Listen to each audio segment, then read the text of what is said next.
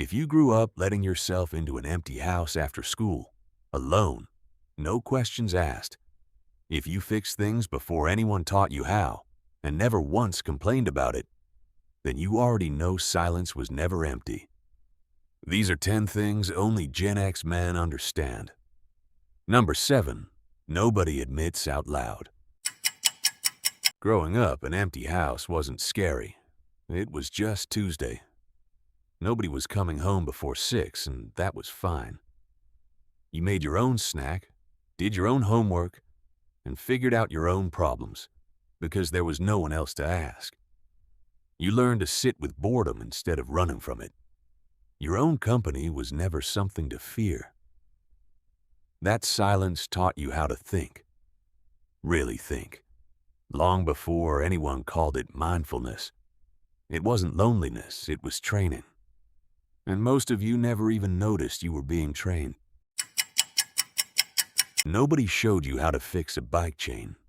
You just flipped it over and started. No tutorial, no video. Just a manual, or your own best guess. You got it wrong the first time, then the second. You never told anyone it took 3 tries. Because the win wasn't fixing the bike. The win was doing it without needing anyone to see you struggle. Asking for help felt like admitting you weren't enough. So you rarely asked. Even now, some part of you still believes struggling in silence is what a man does. You didn't learn to say, "I'm struggling." You learned to go quiet instead. A long drive with no destination. That was therapy. Long before anyone called it that.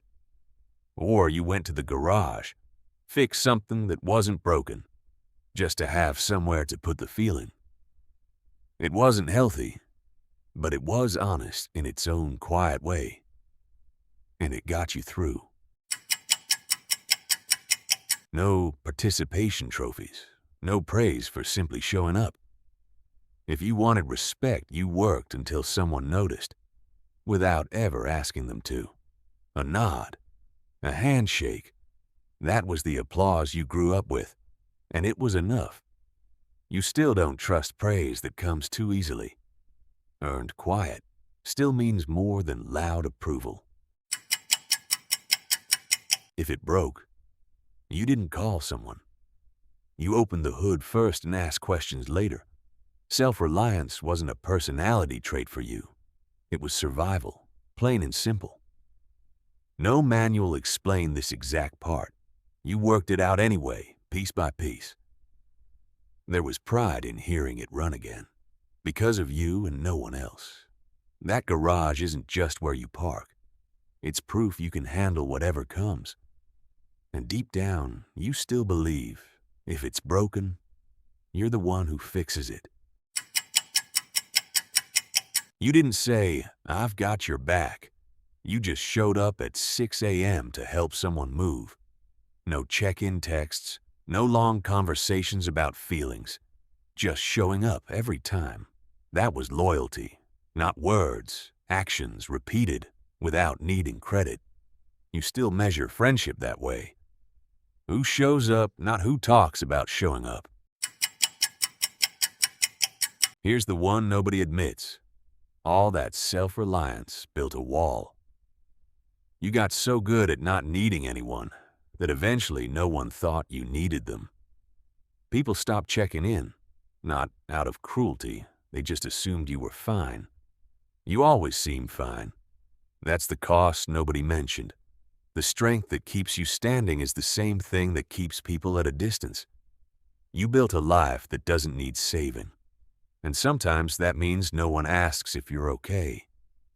It's not weakness to admit that. It's the one honest thing this whole list has been building toward. You don't trust talk. You trust the guy who shows up and does the work without posting about it. A promise means nothing to you until it's backed by action. That's just how you were raised. You've seen enough people talk big and do little. Now you watch what people do, not what they say. And when someone finally shows up for you the same way, you notice. Every time. The world changed fast around you. Technology, culture, expectations, all of it. You didn't resist it loudly.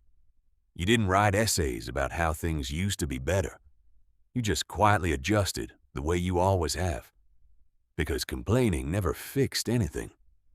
You adapted at work, at home, in relationships, without needing anyone to acknowledge the effort.